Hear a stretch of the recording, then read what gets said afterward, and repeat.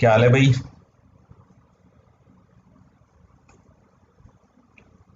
I hope सब बढ़िया चल रहा होगा। पूरी एनर्जी से काम कर रहे होंगे, मेहनत कर रहे होंगे।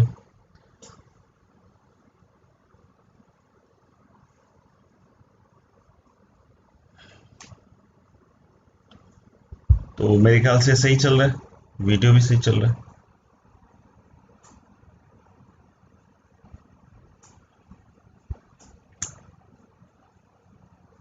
ठीक है। सॉल्यूशंस बहुत सारे होते हैं। तो पहली चीज़ ये है कि बहुत सारे बच्चे क्या है, बार बार कुछ ना कुछ लिखते रहते हैं या परेशान होते रहते हैं।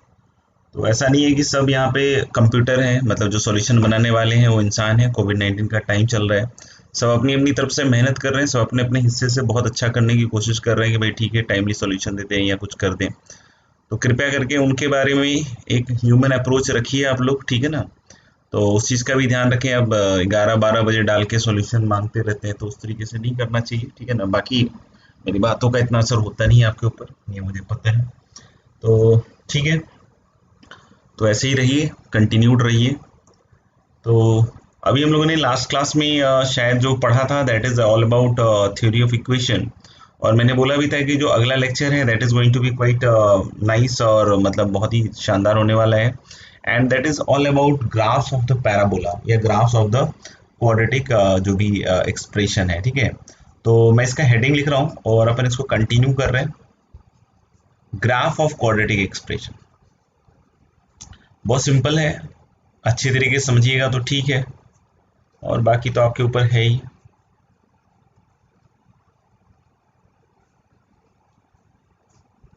Graph of quadratic expression, graph of quadratic expression जैसे कि हम लोगों ने कोई क्वाड्रेटिक एक्सप्रेशन लिया y equal to a x square plus b x plus c. Already we have told कि अगर हम एक क्वाड्रेटिक एक्सप्रेशन ले रहे हैं तो a has to be non zero. और जब हम ग्राफ की बात कर रहे हैं, और हम लोगों ने पहले भी बात कर रही है, ये हम लोग जो स्टडी कर रहे हैं that is all A B C what real. और यहाँ इनपुट भी क्या रहेगा, रियल। जैसे कि मैंने वहां पे भी आपको बताया था कि जब quadratic upon quadratic, linear upon linear, इस तरह के एक्सप्रेशंस का भी जब हमने रेंज निकाला था बच्चों, तब वहां भी बताया था कि हम जो इनपुट रखते हैं that is always what, real. तो y equal to a x square plus b x plus c का ग्राफ बनाना चाह रहे हैं, ए बी सी रियल। अब देख सकते हो A B C different different values ले सकता है, नहीं। जैसे कि अगर मैं कुछ कुछ वैल्यूज रख के, तो मैं थोड़ी सी पहले फील दिलाने की कोशिश करता हूँ कि what is the possibility of the graph, ठीक है। आप देखोगे क्या ए बी सी कुछ भी होता रहे, ठीक है ना, शेप जो होगा वो ऑलमोस्ट एक जैसा ही होगा। मतलब एग्जैक्टली सब एबीसी चेंज करने पे ऐसा नहीं कि हर बार सेम ग्राफ आ जाएगा, सेम ग्राफ नहीं आएगा, मैं ये नहीं कह रहा हूँ सेम ग्राफ आएगा, बट जो शेप होगा वो ऑलमोस्ट एक जैसा ही रहेगा। जैसे आप मान लो कि ए की वैल्यू 1 रख लो और बी और सी को 0 रख दो, दोनों को 0, तो ये क्या बनेगा, y equal to x square. अब अगर आपको y equal to x square का ग्राफ नहीं पता है तो कोई बात नहीं, लेकिन मैं आपको बोलना चाहूंगा कि आपको थोड़ा सा आइडिया होना चाहिए इस तरह के ग्राफ्स का।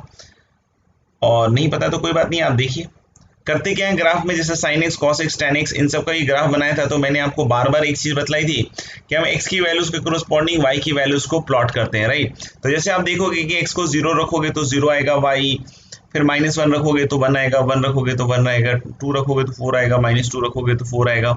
तो आप फील ले सकते हो कि आप जितना इधर इतना इधर जाते हो तो बार बार वैल्यूज क्या आ रही है, सेम। -1 पे 1, 1 पे 1, -2 पे 4, 2 पे 4। यानी कुल मिला के जो ग्राफ होगा y equal to x square का, that will be symmetrical about the y axis. और कुल मिला के इस तरह का ग्राफ एक पॉसिबल ग्राफ बनेगा।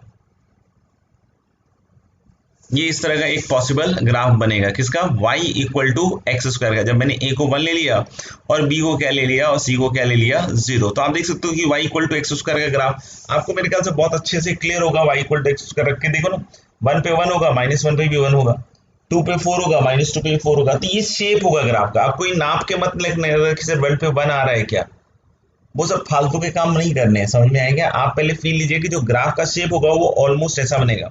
इस शेप को हम लोग बोलते हैं parabolic shape. This shape is called as parabolic shape. और अभी हम लोग जो x square plus b x plus c की बात करेंगे, ए नॉन जीरो और a B c belongs to R के लिए, तो जो भी शेप आएंगे आप देखेंगे हमेशा क्या आएगा, पैराबोलिक। जैसे अगर हम लोग बोलते हैं कि अगर कोई बोलता है कि the graph of y equal to x square -1, let's see, या कोई और ले लेते हैं, ठीक है ना। हो सकता है एक्स स्क्वायर से मजा नहीं आ रहा हो, तो अपन कुछ और ले लेते हैं।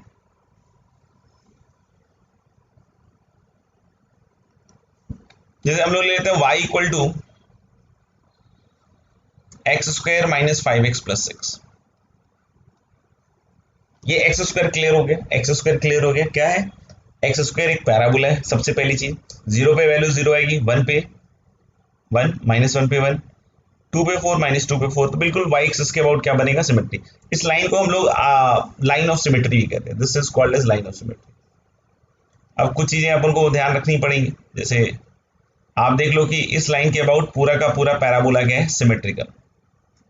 आप जितना डिस्टेंस इधर चलते हो उतना ही डिस्टेंस इधर चलते हो, तो हर बार फंक्शनल वैल्यू क्या मिलेगी आपको? सेम। तो ये लाइन को हम लोग क्या कहते हैं? This line is called as line of symmetry. अब मैं y equal to x square minus 5x+6 की बात कर रहा हूँ। ये सब तो देखिए दिखता ही है इन सब में कि इन्फिनिटी जाते हैं, x को बड़ा करते जाओ y भी बड़ा होता जा रहा है। x को माइनस इन्फिनिटी ले जाओगे तो y भी किधर जाएगा? इन्फिनिटी, क्योंकि स्क्वायर करने के बाद नेगेटिव का क्या हो जाएगा? पॉजिटिव। अब हम लोगों ने एक और ग्राफ लिया, y equal to x square minus 5x+6। इसके बाद इन सब कुछ चीजों को जनरलाइज भी करने वाले हैं, समझ में आएगा? अगर आप उसको थोड़ा सा फील लेते रहे, खुद से भी ड्रॉ करें। जैसे ऐसा नहीं कि सिर्फ बैठ के वीडियो की टाइप देख रहे हैं, oh wow x, wow 5 minus, oh wow plus. तो पेन से खुद भी, जैसे पॉज करने से पहले खुद से भी ट्राई कीजिए कि ये ग्राफ किस तरीके से बनेगा। अगर आप खुद से भी बनाने की कोशिश कीजिएगा तब भी आपको बहुत अच्छा कोरिलेट कर पाएंगे कि हाँ यार मुझे भी सीखने को मिल रहा है। अब ऑफलाइन में तो ऑब्वियस सी बातें होता है कि सब हम ही बना के दिखा देते हैं और आप तो क्या बैठ के देखते रहते हैं। तो अब आप चाहें तो पॉज करके खुद से भी बना सकते हैं और सीखने की कोशिश कर सकते हैं। सीखने का अगर एटीट्यूड है तो जरूर सीख जाइएगा, और नहीं सीखने का एटीट्यूड है तो आपको तो पता ही है कि कद्दू काट के खाना है। तो चलिए देखते हैं, y equal to x square minus 5x+6। ध्यान से देखिएगा, इसके दो फैक्टर होते हैं। पहले तो ये आपको पता होना चाहिए। पता तो है, बिल्कुल पता है भाई, समझदार बच्चे हैं हमारे, मेहनती बच्चे हैं। कुछ नहीं है, लेकिन ऐसा नहीं है कि कुछ के चक्कर में सबको बोल दूं कि सब बेकार है। नहीं, सब बेकार नहीं है, कुछ नहीं है। x minus two into x minus three, तो हम लोग बोले कि यहाँ देख सकते हैं कि दो x के लिए वैल्यू जीरो आ रही है। बताओ कौन कौन से x के लिए वैल्यू जीरो आ रही है? एक तो x इक्वल टू टू है, एक x इक्वल टू थ्री। तो हम लोग बोले कि ये जो भी एक्सप्रेशन होगा, ध्यान से देखिएगा, y equal to x square minus 5x+6, ये जो भी एक्सप्रेशन होगा टू और थ्री पे इसकी वैल्यू जीरो आने का मतलब क्या हो गया कि जब आप इनपुट टू रखोगे और इनपुट थ्री रखोगे तो y की वैल्यू क्या आएगी? जीरो। मतलब ग्राफ के ऊपर एक पॉइंट होगा 2,0 और एक पॉइंट होगा 3,0। देखना ध्यान से क्या क्या हो रहा है, खुद से ट्राई करना तभी मजा आएगा। पहले ही ट्राई कर लो तो ज्यादा अच्छा है, बाकी मेरे बाद तो ट्राई किया तो क्या ट्राई किया नहीं। तो अब देखना, हम लोग बोल रहे हैं कि एक पॉइंट तो होगा 2,0, डेफिनेट सी बात है, नहीं, और एक पॉइंट क्या होगा? 3,0। अभी मैंने ऐसे ही मार्क कर दिया, ठीक है ना, बाद में डिलीट भी कर दूंगा अगर ग्राफ। तो ये दोनों पॉइंट तो कर पे होंगे ही होंगे, सोचो ये दोनों पॉइंट तो कर पे होंगे ही होंगे। समझ में आ रहा है क्या? अब एक चीज सोचना है कि एक्स स्क्वायर माइनस 5x+6 का क्या हम परफेक्ट स्क्वायर बना सकते हैं? परफेक्ट स्क्वायर मैंने पहले दिन बताया था क्वाड्रेटिक में कैसे बनाते हैं। क्वाड्रेटिक में परफेक्ट स्क्वायर वही ए कॉमन ले लिया, x square plus B upon a into x plus जो भी बनना था सी बाई ए या जो भी है। तो फिर हम लोगों ने क्या किया था कि एक्स के कोफिशिएंट का आधा से क्या बनाया था? Perfect square. तो यहाँ तो एक्स का कोफिशिएंट ऑलरेडी एक्स स्क्वायर दिख रहा है, माइनस 5x+6, तो मैं इसको कैसे लिख सकता हूँ? x माइनस 5/2 का होल स्क्वायर। अब इसमें भी अगर आपके मुंह से निकल गया कैसे, तो फिर तो आपकी पढ़ाई जो है बहुत ही वाहियात है, ठीक है ना। देखना, हाल बोले कि x माइनस 5/2 का होल स्क्वायर, तो एक्स स्क्वायर हो गया, माइनस 5x हो गया, प्लस कांस्टेंट टर्म में कितना आएगा? प्लस कांस्टेंट में ये क्या देगा? 25/4। तो 6 में से आपको 25/4 घटाना पड़ेगा। ये समझना रहा है कि यहाँ जब परफेक्ट स्क्वायर बनाया तो यहाँ तीन टर्म्स बनेंगे, एक्स स्क्वायर माइनस 5x, तो first two terms now conserve. ना constant term is 25/4, right, plus sign. तो एक्चुअली तो हमारे पास 6 ही था ना यहाँ पे, तो हमें 25/4 घटाना पड़ेगा। तो ये एक्चुअली यहाँ पे क्या देगा? Minus of 1/4। ये क्या देगा? Minus of 1/4। इस एक्सप्रेशन को थोड़ा सा ध्यान से देख के इसका पोस्टमार्टम कीजिए, आप फील आएगा बिल्कुल। जैसे यहाँ y equal to x square, minimum कितना हो सकता है? 0। मिनिमम कितना हो सकता है? 0, क्योंकि हम लोग को पता है कि x square is always greater than equal to 0।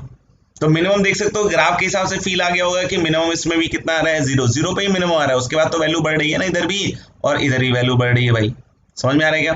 तो अगर मैं पूछूं कि इसका मिनिमम कितना आएगा, तो इसका मिनिमम तब आएगा ना जब हम लोग बोल रहे हैं कि ये जो एक्सप्रेशन लिखा हुआ है, ये पूरा जो एक्सप्रेशन लिखा हुआ है भाई मेरे, ये 0 हो जाए।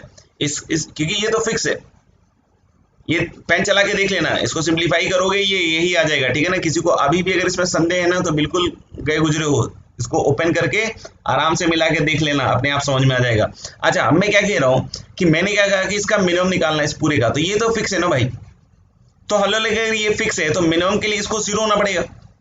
और ये 0 कब होगा, x की वैल्यू 5/2 पे, और अगर ये 0 हो गया तो मिनिमम कितना आएगा, -1/4। तो पहली चीज नोटिस की क्या कि हम लोग बोल रहे हैं क्या कि यहाँ से y की मिनिमम वैल्यू क्या आएगी, -1/4। x की किस वैल्यू के लिए, 5/2। x की किस वैल्यू के लिए, 5/2। तो 5/2 तो बिल्कुल बीचों बीच पड़ेगा ना दोस्त। तो 5/2, 0 पे वैल्यू आएगी फंक्शन की -1/4, यानी कि नीचे आएगी। यहाँ फंक्शन जो होगा ये समझ में आ रहा है, यहाँ 2,0 होगा और यहाँ 3,0 होगा, ठीक है। और अब यहाँ सोचना कि जो x इक्वल टू 5/2 है यही तो लाइन ऑफ सिमेट्री है।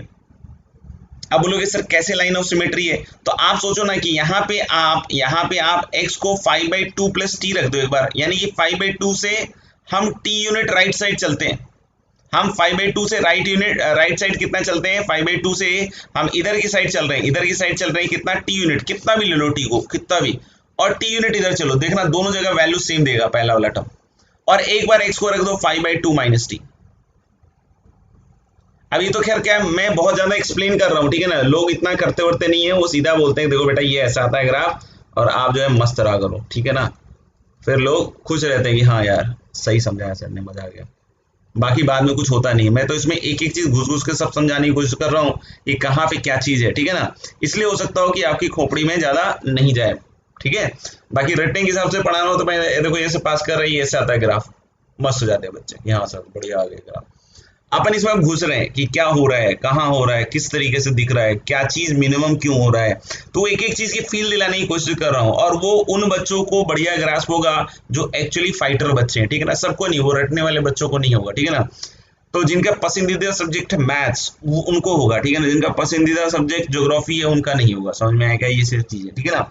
तो हम लोग बोले कि एक्स को और नहीं है तो पसंदीदा बन जाएगा अगर उनका दिमाग एनालिटिकल है, ठीक है ना। उनका दिमाग अगर वैसा है ढपुर संग वाला तो फिर कुछ नहीं होने वाला। इसलिए बहुत ध्यान से सुनो कि मैं क्या बोलने की कोशिश कर रहा हूँ, और सबको रख रख के देखो, सब चीज मैं रख के नहीं दिखाऊंगा। एक एक वर्ड जो आपको लग रहा हो ना कि ये चीज नहीं समझ में आई, तुरंत पेन चला के देखो और अपने आप फील आएगा कि हाँ यार ये तो सही बोल रहे थे सर। तो हम लोग बोले क्या कि 5/2 से हम एक बार इधर t यूनिट राइट साइड गए, इधर की साइड, ये जैसे अब मैं हाइलाइटर से काम चला रहा हूँ तो पेन लगा के देख लेना, ठीक है। और इधर हम लोग 5/2 से t यूनिट लेफ्ट गए, दोनों जगह वैल्यू इस एक्सप्रेशन की सेम आएगी। अब बोलोगे ऐसा कैसे, देखो ना 5/2 प्लस t रखोगे मेरे बेटे, तो 5/2 प्लस t रखोगे तो x माइनस 5/2 क्या होगा, देखना x माइनस 5/2 क्या होगा, t, और यहां से x माइनस 5/2 क्या होगा, minus t।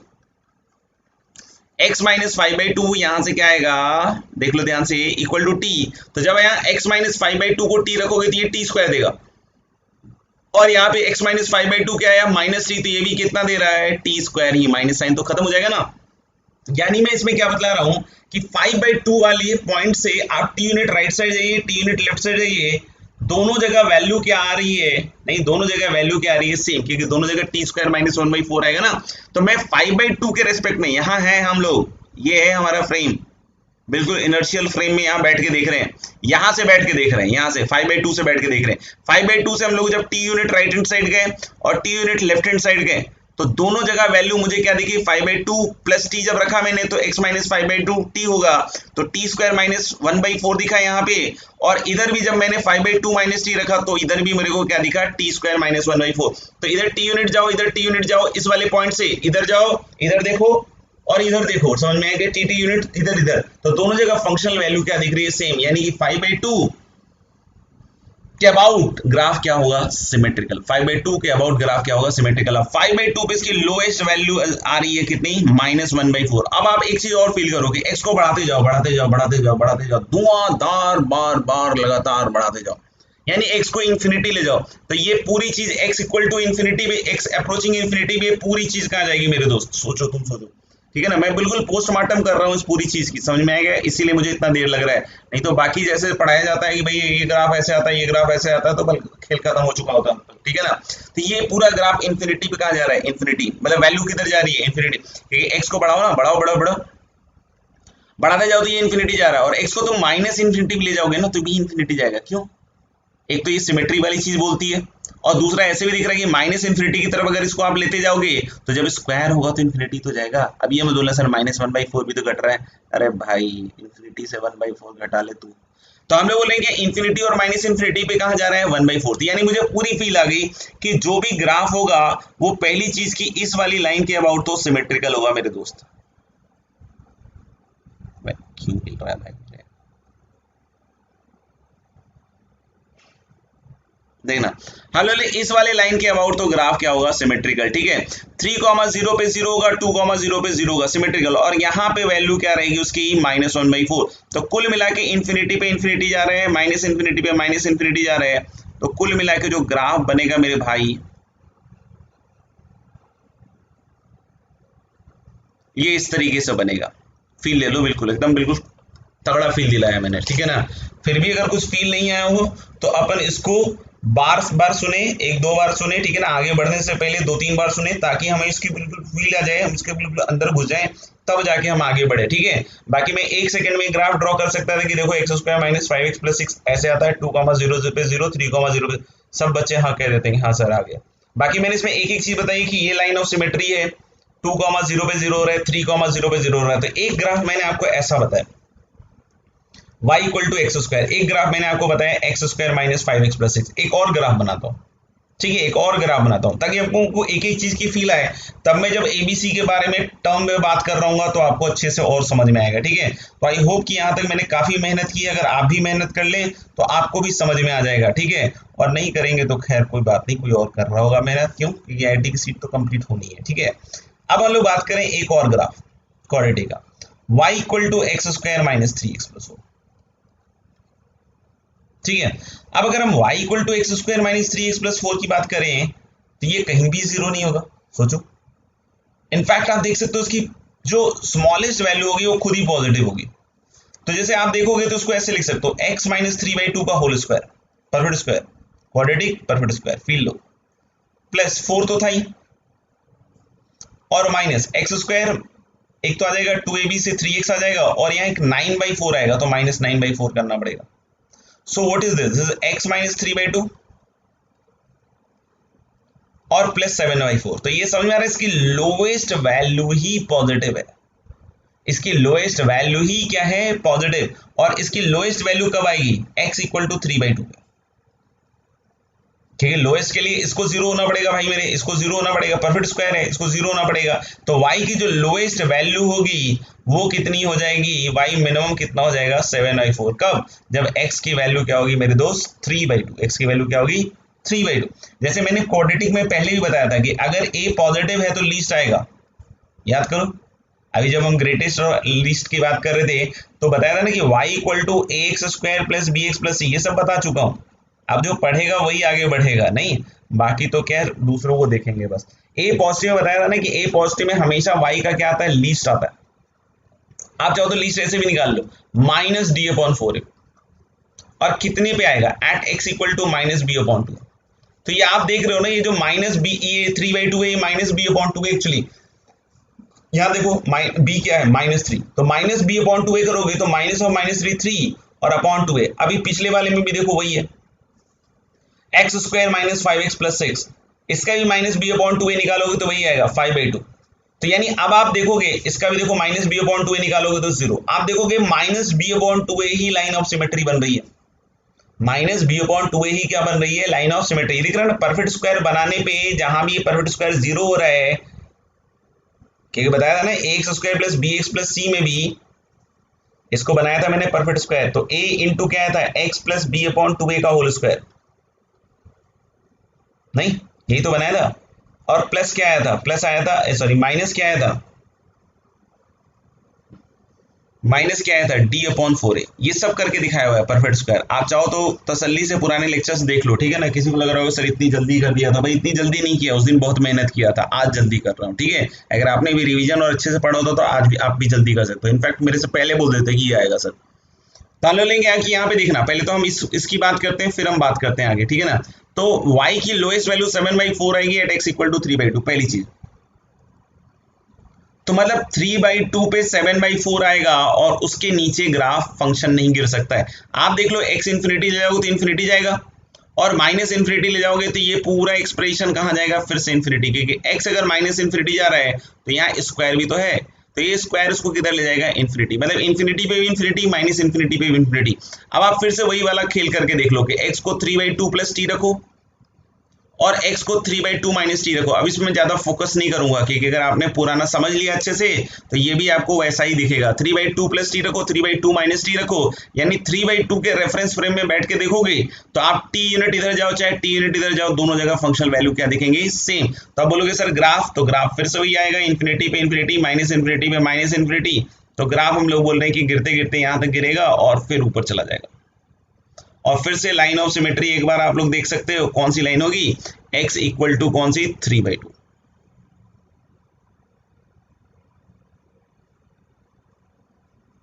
This will be the line of symmetry, x equal to 3/2। समझ में आ गया। तो आप मेरे ख्याल से फील ले लो ना कि ये ग्राफ हमेशा ऊपर खुल रहा है, हमेशा ग्राफ ऊपर खुल रहा है। कब, जब हमने a को पॉजिटिव ले रखा है, क्योंकि मैंने बताया था ना कि a पॉजिटिव पे हमेशा वैल्यू क्या आएगी, देखना a पॉजिटिव की बात कर रहे हैं, a पॉजिटिव की बात कर रहे हैं तो हमेशा ग्राफ ऊपर खुलेगा, क्योंकि इन्फिनिटी पे भी इन्फिनिटी जाएगा और माइनस इन्फिनिटी पे भी इन्फिनिटी जाएगा। क्योंकि हम लोग बोले ना कि ax² plus bx plus c जो ग्राफ है, ठीक है ना, उसका जो ग्राफ है a पॉजिटिव पे हमेशा लीस्ट आएगा, यही बतला रहा था नहीं कि a ग्रेटर देन 0 पे हमेशा y की कैसी वैल्यू आएगी, लीस्ट वैल्यू आएगी। तो लीस्ट वैल्यू तभी पॉसिबल है जब ये ग्राफ हमेशा ऊपर की साइड खुले। जैसे अपन एक और अभी 2-3 और केसेस ले लेते हैं। चलो हम लोग बोल रहे हैं कि एक केस ले लिया y equal to minus x², तो क्या होगा, जो x² का जो ग्राफ था भाई मेरे वो पलट जाएगा, क्योंकि अब जो y की वैल्यू आएगी सब नेगेटिव आएगी। तो y equal to minus x² का कोई ग्राफ बनाएगा तो वो मेरे ख्याल से तो ये ऐसा हो जाएगा,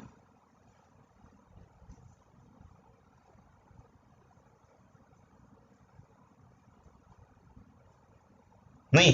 अब कोई बोले sir y equal to minus of x² minus 5x plus 6 का ग्राफ बना दो। अभी मैंने x² माइनस 5x प्लस 6 का बनाया था, तो वो ऐसे लिख लो। कोई बोले कि सर ये इसका ग्राफ बना दो, तो आप देख लो सब जो पॉजिटिव हाइट था सब नेगेटिव हो जाएगा, सब जो पॉजिटिव हाइट था सब नेगेटिव हो जाएगा। अभी भी 2,0 3,0 से पास करेगा, अभी भी 2,0 और 3,0 से पास करेगा, लेकिन जो भी पॉजिटिव हाइट था वो नेगेटिव हो जाएगा, जो नेगेटिव हाइट था वो पॉजिटिव हो जाएगा। क्यों, क्योंकि अब आपने उसी एक्सप्रेशन को किससे मल्टीप्लाई कर दिया, माइनस साइन से। कोई बोले कि नहीं सर इसका ग्राफ बनाओ, y इक्वल टू क्या था, minus of x² minus 3x plus 4 का, तो that is minus x² plus 3x minus 4। तो फिर से नेगेटिव होने के कारण क्या हो जाएगा कि पूरा का पूरा ग्राफ जो होगा आपको इस तरह का दिखेगा। अभी भी 3/2 ही सिमेट्री की लाइन होगी, लेकिन जस्ट ग्राफ जो होगा, जो पॉजिटिव था वो क्या हो जाएगा, नेगेटिव। जो पॉजिटिव था वो क्या हो जाएगा, नेगेटिव। बहुत क्लियरली मैंने समझाने की कोशिश की है कि अपन क्या कर रहे हैं, यही जो पुराने मैंने 3 ग्राफ लिए थे, इसी में एक बार मैंने क्या किया ना, इसको माइनस से मल्टीप्लाई कर दिया,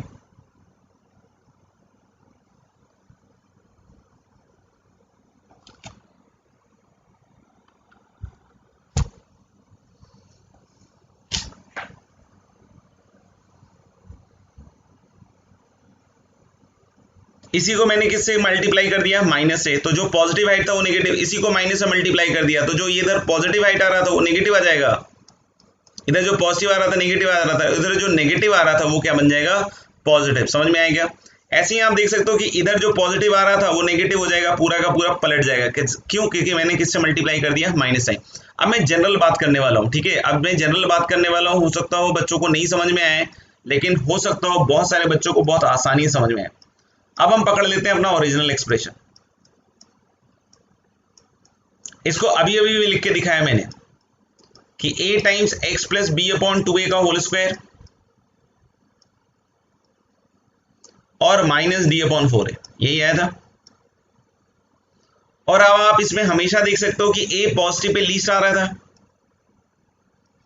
a पॉजिटिव पे इसका मिनिमम आ रहा था और a लेस देन 0 पे क्या आ रहा था, मैक्सिमम। देख लो अभी पुराने जो ग्राफ्स थे अभी अपने, उसमें भी देखना a लेस देन 0 पे ये मैक्सिमम वैल्यू आ रही थी, a जब भी लेस देन 0 था तो मैक्सिमम आ रहा था, a लेस देन 0 था तो क्या आ रहा था, मैक्सिमम। यानी कि एक चीज तुम फिक्स करो कि a पॉजिटिव पे ग्राफ हमेशा फील देगा क्या, कि ऊपर की साइड खुलेगा।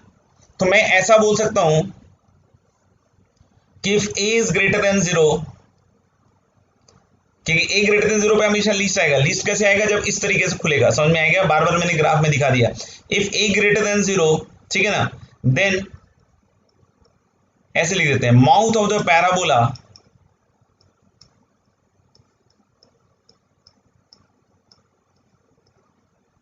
विल ओपन अपवर्ड, नहीं उसको माउथ बोल दिया, mouth of the parabola will open upward and if a less than 0 then mouth of parabola will open downward. अब देखो मैंने 3 केसेस इसमें लिए हैं, डिस्क्रिमिनेंट के हिसाब से लिए थे। अगर किसी ने नोटिस किया हो, हालांकि मेरा नहीं मानना है कि सब कर सकते हैं, क्योंकि सब वैसा नहीं सोचते हैं, ठीक है ना, उतना एनालिटिकल नहीं सोचते हैं। जैसे हमने 3 केस लिया, ये d इक्वल टू 0 वाला केस था, ठीक है, ये क्या था, d ग्रेटर देन 0 वाला केस। और फिर अगर आपने देखा हो तो एक मैंने लिया d लेस देन 0 वाला केस। क्या फर्क है, d इक्वल टू 0 में, d इक्वल टू 0 में ये समझ में आ रहा है कि y सिर्फ एक बार 0 होगा। अब बोलोगे ये तो समझ में ही नहीं आया सर कि d इक्वल टू 0 में y एक ही बार 0 क्यों होगा। अरे d इक्वल टू 0 में कोई भी क्वाड्रेटिक इक्वेशन क्या होता है, रिपीटेड रूट देता है ना, तो y ऑब्वियसली बात है एक ही बार 0 होगा। तो ये देख सकते हो कि इस केस में एक ही बार 0 हुआ, टच करके ऊपर चला गया, टच करके ऊपर चला गया, y इक्वल टू 0 एक ही बार हुआ, दोनों रूट इसके रिपीट करके। जबकि d ग्रेटर देन 0 में x एक्सिस को कितनी बार काटेगा, 2 बार। क्यों काटेगा 2 बार, सोचो सोचो, क्योंकि अगर एक क्वाड्रेटिक इक्वेशन है उसका डिस्क्रिमिनेंट ग्रेटर देन 0 है तो उसका 2 रियल रूट होगा ना, यानी कि 2x होंगे जिसपे y क्या हो रहा होगा, 0। तो देखो ना 2x है जिसपे y 0 हो रहा है। तीसरा केस देख लो, तीसरा केस देख सकते हो, जब d नेगेटिव है तो there is no real x जिसके लिए y 0 होगा, यानी पूरा ग्राफ कहां जा रहा था, ऊपर। तो अब मैं बोल रहा हूं क्या कि अब हम इसी चीज का यूज करने वाले हैं और अब हम बात करेंगे 3 ग्राफ के, ठीक है ना। पहले तो हम a पॉजिटिव ले रहे हैं, a पॉजिटिव में कोई बोलेगे सर d को पॉजिटिव ले लो, आप ध्यान से देखना, a पॉजिटिव में हम लोग क्या कर लें, d को क्या ले लें, पॉजिटिव। तो दोस्त मेरे तुम सोच के बताना कि अगर a पॉजिटिव में d पॉजिटिव ले रहे हो तो एक तो पैराबोला ऊपर की साइड खुलेगा जो अभी हमने बात किया, और दूसरा वो x एक्सिस को 2 पॉइंट पे काटेगा, तो ऊपर की साइड खुलेगा और एक्सिस को 2 पॉइंट पे काटेगा। तो कोई बोलेगी सर इधर, कोई बोले कि इधर ही काटेगा x के राइट साइड, ऐसा जो y के राइट साइड, ऐसा जरूरी नहीं है। वो हो सकता हो कि दोनों इधर काट दे, हो सकता हो कि दोनों इधर काट दे, हो सकता है एक इधर काटे एक इधर काटे, मतलब कहीं भी काट सकता है, डिपेंड करता है a b और c पे वैल्यू पे। तो यानी बस एक चीज बस समझ लेना कि अगर a पॉजिटिव होगा तो पैराबोला ऊपर की साइड खुलेगा, और डिस्क्रिमिनेंट पॉजिटिव होगा तो वो x एक्सिस को 2 पॉइंट पे काटेगा, y एक्सिस का कोई रोल नहीं है। हम लोग बोले कि x एक्सिस को दोनों इधर भी काट सकता है, हो सकता है इधर भी काट सकता है। ये डिपेंड किस पे करेगा भाई मेरे, ये डिपेंड किस पे करेगा, ए बी सी की। अच्छा ये एक इधर भी काट सकता है, अब ये नहीं कि सर वो तो बोला ही नहीं आपने, ठीक है ना। तो हम लोग बोले कि ये किस पे डिपेंड करेगा, this will all depend upon the value of ABC. But एक चीज पक्की हो गई क्या, कि पैराबोला ऊपर खुलेगा, पैराबोला ऊपर खुलेगा, और दूसरी चीज क्या पक्की हो गई कि वो x एक्सिस को 2 रियल पॉइंट पे काटेगा। समझ में आ गया। तो this will be the graph, this will be the graph, किसका ग्राफ हो गया, इस y equal to x square plus b x plus c का हो गया। ये पॉइंट क्या हो गया, minus B upon 2a comma minus D upon 4a, बता दिया वर्टेक्स का, इसको वर्टेक्स भी बोलते हैं। अब बोलोगे सर ये कैसे आ गया, अरे भाई परफेक्ट स्क्वायर अभी तो बना के दिखाया था पिछली वाले स्लाइड में, ये कि इसकी लोएस्ट वैल्यू कब आएगी, ए पॉजिटिव के केस में लोएस्ट आता है, कब आएगा, जब x equal to minus B upon 2a होगा, और लोएस्ट आएगा क्या, y मिनिमम आएगा क्या, बताया तो था माइनस डी अपॉन 4a। तो ये वही पॉइंट तो है जिसमें हम लोग बोल रहे हैं कि लोएस्ट आ रहा है, और लोएस्ट आ रहा है तो x coordinate minus B upon 2a और y कोऑर्डिनेट क्या होगा, माइनस डी अपॉन 4a। तो इस केस में एक चीज समझ में आई, इस केस में एक चीज समझ में आई कि for some values of x,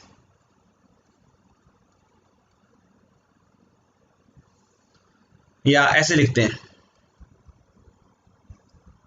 for x belongs to R, मतलब x की कोई भी रियल वैल्यू रखो। देखो इधर इधर अगर x की वैल्यू रियल, इधर ये वाली वैल्यूज अगर x की रख रहे हो तो y हमेशा क्या दिख रहा है, पॉजिटिव।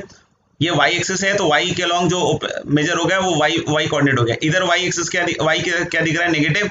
और इधर y की वैल्यू इन x के लिए क्या दिख रही है, ये x की वैल्यूज है दोस्त, ये x की वैल्यू चल रही है।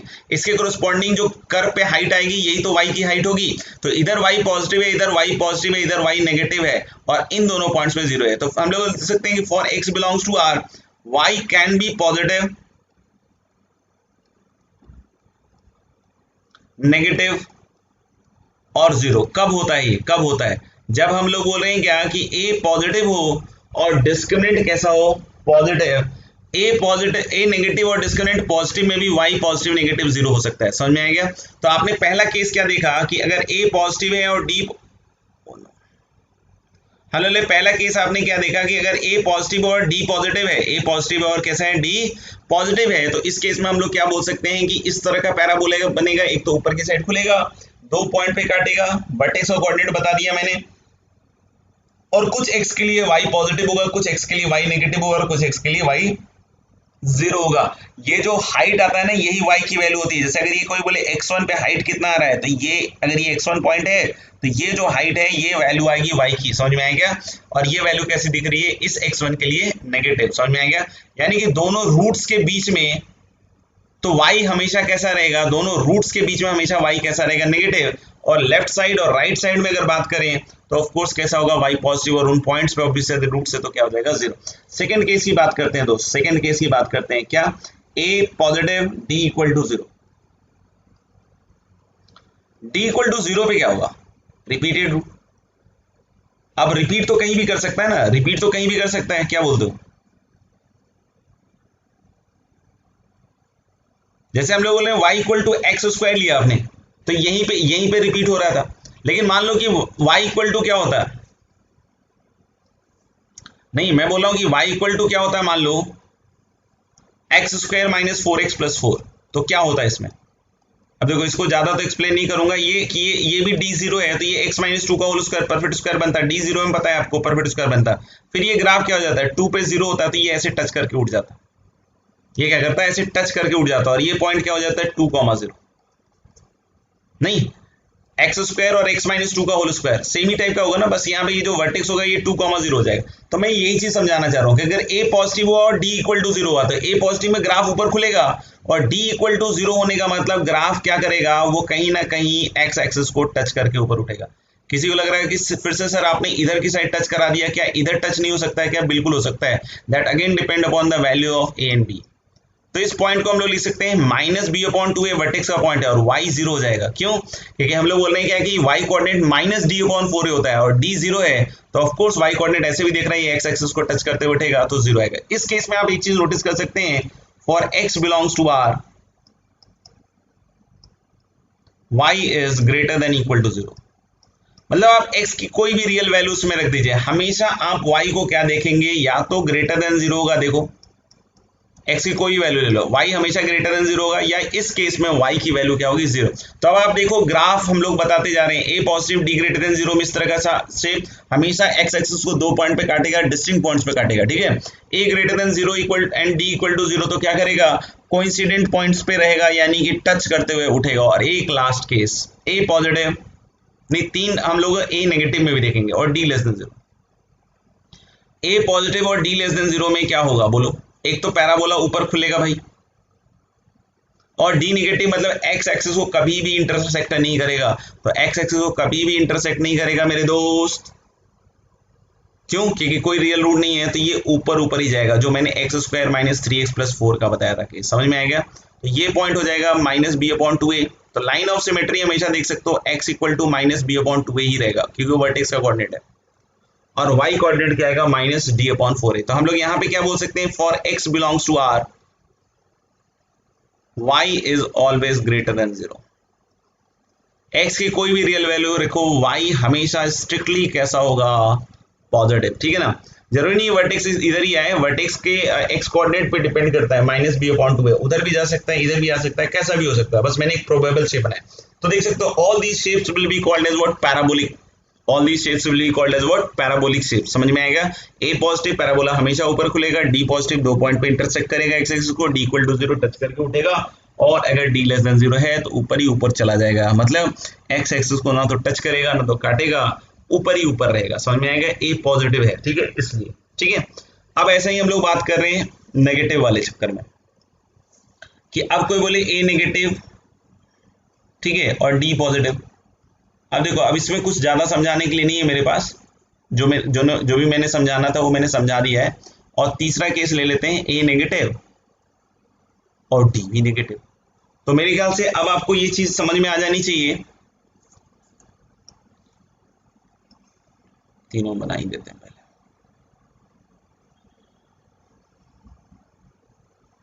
कि ए नेगेटिव में पैराबोला नीचे की साइड खुलेगा, ठीक है, ए नेगेटिव में पैराबोला नीचे की साइड खुलेगा, डी पॉजिटिव मतलब एक्स एक्सिस को दो पॉइंट पे काटेगा। तो अब मैं ऐसे बना देता हूं, डी नेगेटिव में हम लोग ऐसे बना देते हैं। अब खुश, डी नेगेटिव में हम लोग, सॉरी, ए नेगेटिव मतलब नीचे की साइड खुलेगा, और डी पॉजिटिव मतलब एक्स एक्सिस को तो दो रियल पॉइंट पे काटेगा। तो मान लो इस तरीके से काट रहा है, फिर से ये पॉइंट वही होगा, minus B upon two a comma minus D upon four a पे। इसमें बताया था ना, ए नेगेटिव में हमेशा क्या आता है, maximum value. Maximum value x की किस वैल्यू के लिए आती है, minus B upon two a, और कितनी आती है, माइनस डी अपॉन फोर ए। देख सकते हो कि ये जो होगा, ये वर्टेक्स का कोऑर्डिनेट इस बार क्या होगा, मैक्स पे होगा, x equal to minus B upon two a और minus D upon four a. फिर से ए नेगेटिव है तो ऑफकोर्स हम लोग बोल रहे हैं ए नेगेटिव के केस में क्या होगा, कहाँ होगा, नीचे की साइड खुलेगा, डी जीरो मतलब एक ही पॉइंट पे टच करेगा, तो ये कहीं भी टच कर सकता है, तो मैंने इस बार इधर से बना दिया। ये again minus B upon two a पे ही डिपेंड करेगा, ठीक है, कि ये किधर जा रहा है। और फिर एक लेस लास्ट केस, इसमें ए नेगेटिव होगा तो नीचे खुलेगा, और डी नेगेटिव तो एक्स एक्स को कहीं भी नहीं कट करेगा, तो कुछ ऐसा आएगा।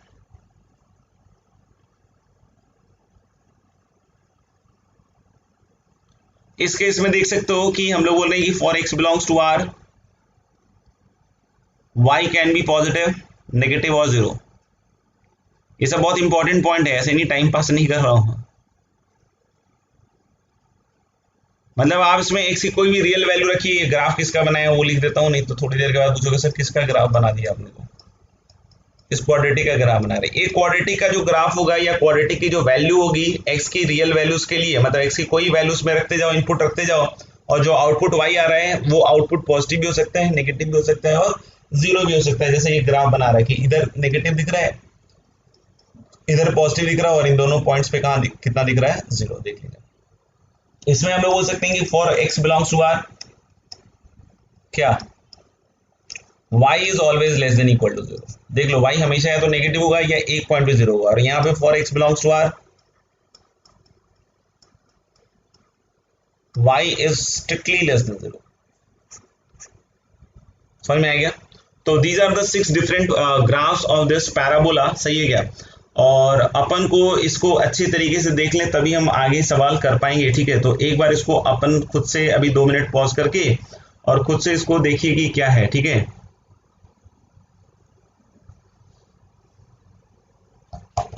और तब तक मैं कुछ क्वेश्चंस आपके लिए सेलेक्ट कर देता हूं।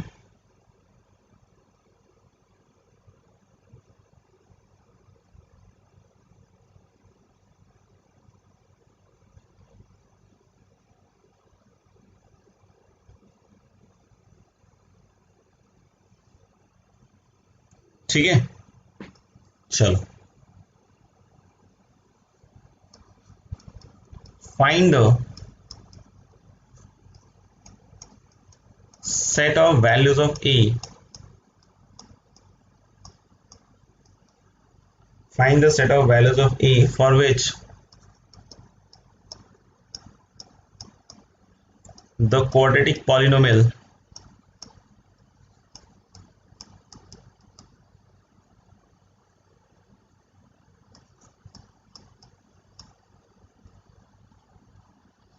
पहला है a plus 4 into x square minus 2ax plus 2a minus 6 less than 0 for all x belongs to R। अब ये सब लैंग्वेज पढ़ना जो सीखेगा वो आगे बेहतर करता जाएगा। सेकेंड है a minus 1 into x square minus a plus 1 into x plus a plus 1 greater than 0। सोचिए, सो जाइए नहीं, सोचिए, ठीक है ना। एक ही वैल्यूज बतानी है जिसके लिए पहला दूसरा, ठीक है ना। दोनों को मिला के मत बताना, दोनों सेपरेट क्वेश्चन है।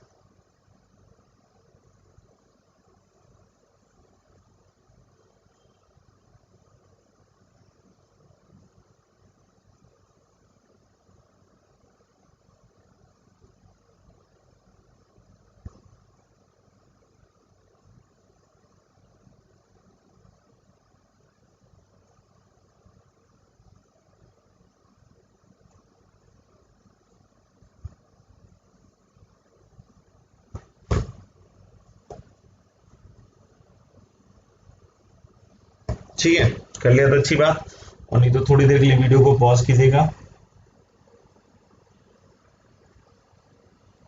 और फिर आगे बढ़िएगा, ठीक है। देखिए, ये बोल रहे कि दिस पर्टिकुलर थिंग, अब यही सब समझने वाली बात है। अब तो 10 बार बोल दें उसके बाद ही हो सकता है किसी को ना समझ में आए, जब तक वो खुद से दिमाग नहीं लगाएगा, ठीक है ना। फोटो खींच के डालना है, डालते रहिएगा। a plus 4 into x square minus 2ax plus 2a minus 6, what is this? This is a quadratic. जैसे हम इसको ऐसे फील करें कि ये ऐसे लिखा हुआ है कि y equal to a plus 4 into x square minus 2ax plus 2a minus 6, ये होना चाहिए। ये y मान लिया। अब ये बोल रहे हैं क्या कि x की कोई भी रियल वैल्यूज में रखो, ये कहना चाह रहा है। मैं इसको तोड़ के आपको दिखा रहा हूँ ताकि आपको फील आए अच्छी। तो बोले कि x की आप इसमें कोई भी रियल वैल्यू रखे, मतलब जैसे x इक्वल टू 1 रख दिया, 2 रख दिया, हाफ रख दिया, रूट 2 रख दिया, कोई भी रियल वैल्यू रखा, तो y की वैल्यू हमेशा क्या आनी चाहिए? नेगेटिव। ये किस ग्राफ में दिखा तुम्हें? नहीं देखा आपने। हम लोग बोल रहे हैं क्या कि ये यही कह रहे हैं कि this should be negative for all x belongs to r। मतलब कहने का क्या हुआ कि अब आप इस एक्सप्रेशन में x की कोई वैल्यू रखते जाइए, कोई वैल्यू रखते जाइए, हमेशा y नेगेटिव दिखना चाहिए। तो ये किस वाले में दिखा था? मुझे तो इस वाले में दिखा था। कोई बोले कि नहीं सर इसमें भी दिखा था, तो मैं कहूंगा नहीं, इसमें नहीं दिखा था, क्योंकि इसमें एक x के लिए y क्या हो रहा था? 0। तो इसमें दिखा था भाई, इसमें कायदे से दिखा था नहीं। और हम लोगों ने क्या दिखा था कि इसमें कब होता है ये? जब a यानी coefficient of x square negative हो और डिस्क्रिमिनेंट भी कैसा हो? नेगेटिव। ये तो तभी दिखेगा जब कोएफिशिएंट ऑफ एक्स स्क्वायर भी नेगेटिव और डिस्क्रिमिनेंट भी नेगेटिव हो। तो इसमें दो कंडीशन लगाने पड़ेंगे। एक तो कंडीशन क्या लगाना पड़ेगा? Coefficient of x square negative, मतलब एक कंडीशन लगाना पड़ेगा a प्लस 4 लेस देन 0। यानी कंडीशन क्या होएगा दोस्त? a less then minus 4। सिर्फ यहाँ पे नहीं हो गया खेल खत्म, नहीं तो आपका खेल खत्म हो जाएगा। डिस्क्रिमिनेंट, डिस्क्रिमिनेंट हो गया 4a स्क्वायर माइनस 4 टाइम्स, क्या लिखें? a plus 4 into 2a minus 6, ये है discriminant. This should be less than 0। दो कंडीशन होंगे, ध्यान रखना, बैक टू बैक। कोई भी एक लगा के सोच रहा हूं आ जाएगा, तो हो सकता है किसी केस में आंसर मिल जाए, लेकिन हमेशा ऐसा नहीं होगा, ठीक है ना। तो दो कंडीशन है, a negative as well as discriminant negative. अब इधर a स्क्वायर आ रहा है और इसका प्रोडक्ट क्या आ रहा है? देखना, 2a स्क्वायर और बोलो 8a minus 6a plus 2a minus 24, ये दिख रहा है क्या? सबको देखना एक बार। तो ये दिखेगा मुझे माइनस a स्क्वायर, इधर लिख दे रहा हूं मैं, माइनस 2a और प्लस 24, ऐसा दिख रहा है। यानी इसको माइनस से मल्टीप्लाई करेंगे तो a square plus 2a minus 24 greater than 0, टूटेगा क्या ये? 6 और 4, 6a प्लस 4a। तो ये मेरे ख्याल से a plus,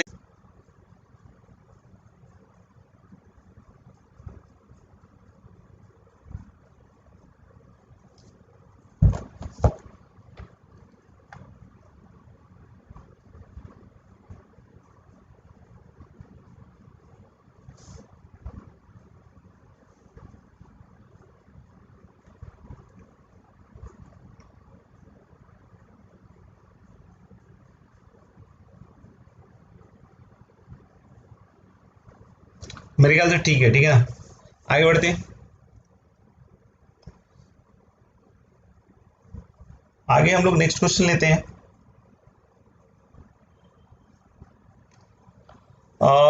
next question is like this कि if f x equal to a x square plus b x plus c equal to 0,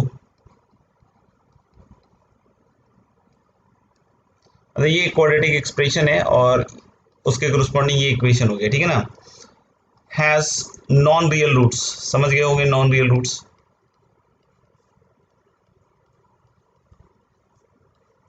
then which of the following is true?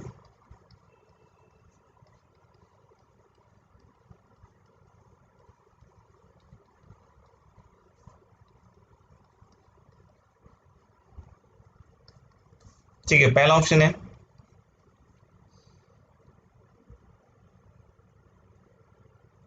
A c plus b c plus c square greater than 0। दूसरा है a plus 2b प्लस 4c upon a minus 3b प्लस 9c is positive. तीसरा option है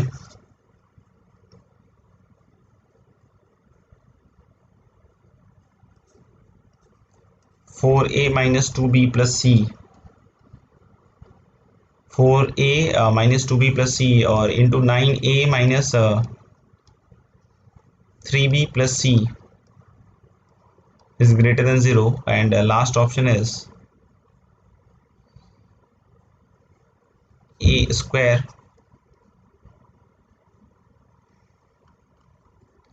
minus of b square plus c square plus 2ac is greater than 0। करिए, 2 minute का समय लीजिए।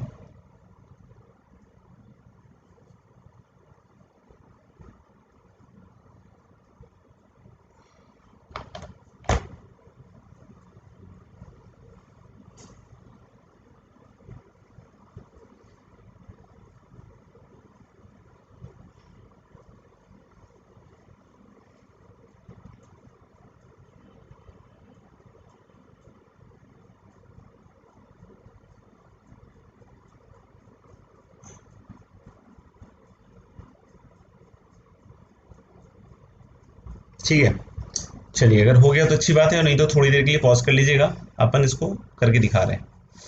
पहली चीज समझिएगा कि a x square plus b x plus c equal to 0 के नॉन रियल रूट्स हैं। अब कोई डी वी करता रहे तो करता रहे, आपकी इच्छा पड़े जो करे, और उसमें चिक चिक करते रहे, ठीक है ना। तो what will be the easiest step, या फिर हम लोग बोलेंगे कि इसमें सोचना कैसे है वो सिखाया जा रहा है, ठीक है, कि ये इसके नॉन रियल रूट है। नॉन रियल रूट्स का मतलब इसको एफ एक्स बोला जा रहा है। नॉन रियल रूट का मतलब कि या तो ग्राफ पूरा ऐसा रहेगा एक्स एक्सिस ऊपर, या पूरा ग्राफ एक्स एक्सिस के नीचे रहेगा। मतलब इधर this shape of the graph is possible और this shape of the graph is possible. क्यों? क्योंकि नॉन रियल रूट्स में आपको कहानी मैंने कितनी बार समझा दी, हम लोग बोले कि नॉन रियल रूट्स में हम लोग बोल रहे हैं क्या कि क्या क्या पॉसिबिलिटीज एग्जिस्ट करती हैं, ठीक है। एक तो ये वाले ग्राफ की पॉसिबिलिटी एग्जिस्ट करती है, और दूसरा मेरे ख्याल से आप देख सकते हो कि ये वाले ग्राफ की पॉसिबिलिटी एग्जिस्ट करती है। बस यही 2 केसेस हैं जिसमें रूट्स नॉन रियल है, इसमें रियल है, इसमें रियल है, एम आई राइट, इन दोनों में रियल है। और इसी तरीके से आप देख सकते हैं कि इसमें भी रूट्स रियल है, ठीक है ना। तो नॉन रियल रूट्स की पॉसिबिलिटी मेरे ख्याल समझ में आ गई, या तो ऐसा होगा या तो समझ में आ गया। यहाँ पे एफ ऑफ x1 भी नेगेटिव होगा, एफ ऑफ x2 भी नेगेटिव होगा, लेकिन ये क्वांटिटी तो पॉजिटिव होगा ना, नहीं समझ में आया। और एफ एक्स हमारे पास क्या है दोस्त, a x square plus b x plus C.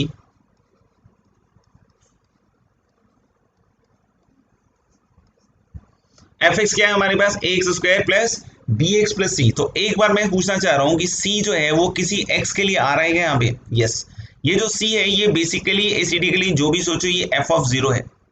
X equal to 0 पे वैल्यू क्या आ रही है सी, और सी क्या है एफ 0, और ये by 4 plus b into 1/2 plus c. मतलब ये क्या आ रहा है, एलसीएम लेने के बाद 4, मुझे तो ऐसा लग रहा है कि ये आ रहा है आपका a प्लस 2b प्लस 4c, है कि नहीं।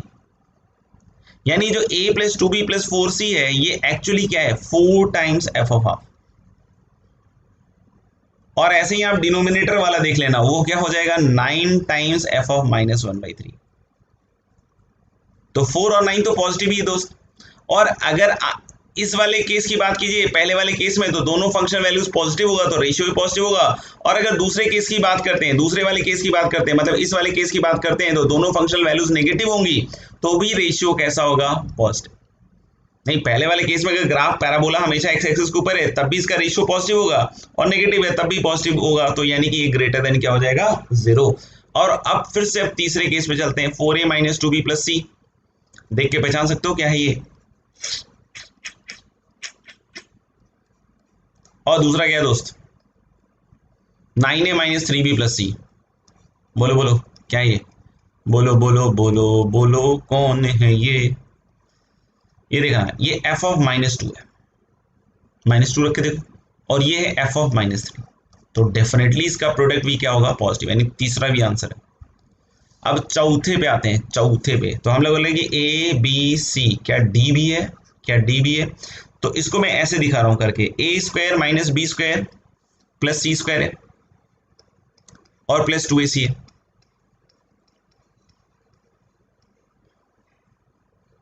वैसे तो हो सकता है कि इसमें b² 4ac करके आ जाएगा, ठीक है ना।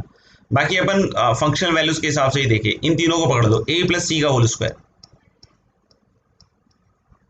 -b²। So this is a + c - b और into a + c + b। So this is again f of -1 and this is f of 1, and what is its product now, greater than 0। f of -1 into f of 1 greater than 0, क्यों, क्योंकि फिर से दो functional values का product है। तो क्या क्या क्या क्या डी आंसर हुआ, माई टेक इज यस, डी भी आंसर। तो इस तरह के भी सवाल आते हैं, किस तरीके से सोचना चाहिए वो मैंने बतलाया। हालांकि जब आपके पास फ्रेश सवाल आएगा तो 90% बच्चे इसमें अपने आप एलिमिनेट हो जाते हैं, मतलब उनसे मतलब बताने के बावजूद, हालांकि नहीं होता है। वैसे भी आप लोग देख भी रहोगे कि हर चीज़ बताई जाती है, फिर भी बहुत सारी चीज़ें हमारी को दिक्कत ही करती रहती है हमेशा। वही cos π + थीटा - cos थीटा होता है कि नहीं, या कुछ बच्चे ऐसे भी डाल देते हैं कि cos - theta cos theta same है क्या, तो मतलब हो जाता है। खैर कोई बात नहीं, तो आईटी ऐसे में नहीं होता, ठीक है ना, आईटी के लिए पकड़ना पड़ता है हर चीज़, ठीक है। तो I have shown you certain examples on this graph, ठीक है ना, कि किस तरीके से उसको यूज किया जाता है। अगले लेक्चर में और भी अच्छी अच्छी चीजें देखेंगे, समझ में आ गया। तो this was just a basic, तो इसको पूरी अच्छी तरीके से पकड़ लो ताकि आपका जो काम है वो और स्ट्रांग हो जाए, वो आपका काम और स्ट्रांग हो जाए। बाकी बचता है होमवर्क, तो होमवर्क के लिए अपन देखते हैं क्या दे सकते हैं।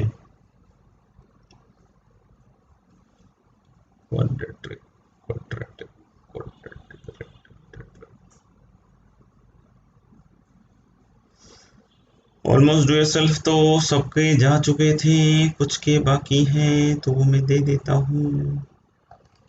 Homework homework homework next page पे दे देते हैं। HW illustration 13, 14, 15, 16, do yourself 6।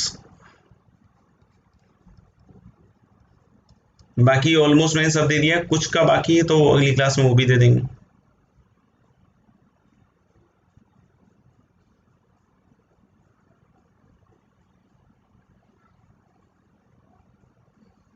Exercise 2, now you are eligible for question number 13, 14, 15, 16, 17, 18 also। 13, 14, 15, 16, 17, 18 also। बाकी अपन ने बहुत सारा सवाल तो दे रखा था, वो 5 पे चले गया। एक्सरसाइज 5 में कुछ दिया है क्या, मेरे ख्याल से 5 में अभी तक अपन ने कुछ नहीं दिया है, तो क्वेश्चन नंबर 1, 2 इसमें दे देते हैं। अच्छा लगा,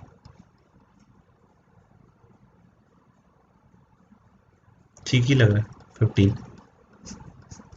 तो this is your homework for the next class my dear friends. हो सकता हो होमवर्क के सॉल्यूशन अपडेट करने में थोड़ा समय लगता हो, ठीक है ना, but you should not seek for answer for each and every question. हालांकि हम लोग कोशिश कर रहे हैं कि सबका प्रोवाइड करें, लेकिन अब कुछ सिंपल क्वेश्चन हैं उनको तो करो, समझ में आएगा। अब हर एक के लिए अगर सॉल्यूशन ढूंढ रहे हो तो फिर अलग बात है, आपके पढ़ने का तरीका अलग हो सकता है, बट वो आईआईटी का तरीका नहीं हो सकता है, ठीक है। तो my best wishes to all of you, अच्छे से पढ़ाई कीजिए, और फिर मिलते हैं हम लोग फिर अगले सेशन में। तब तक के लिए सब लोग अपना ध्यान रखें। Take care.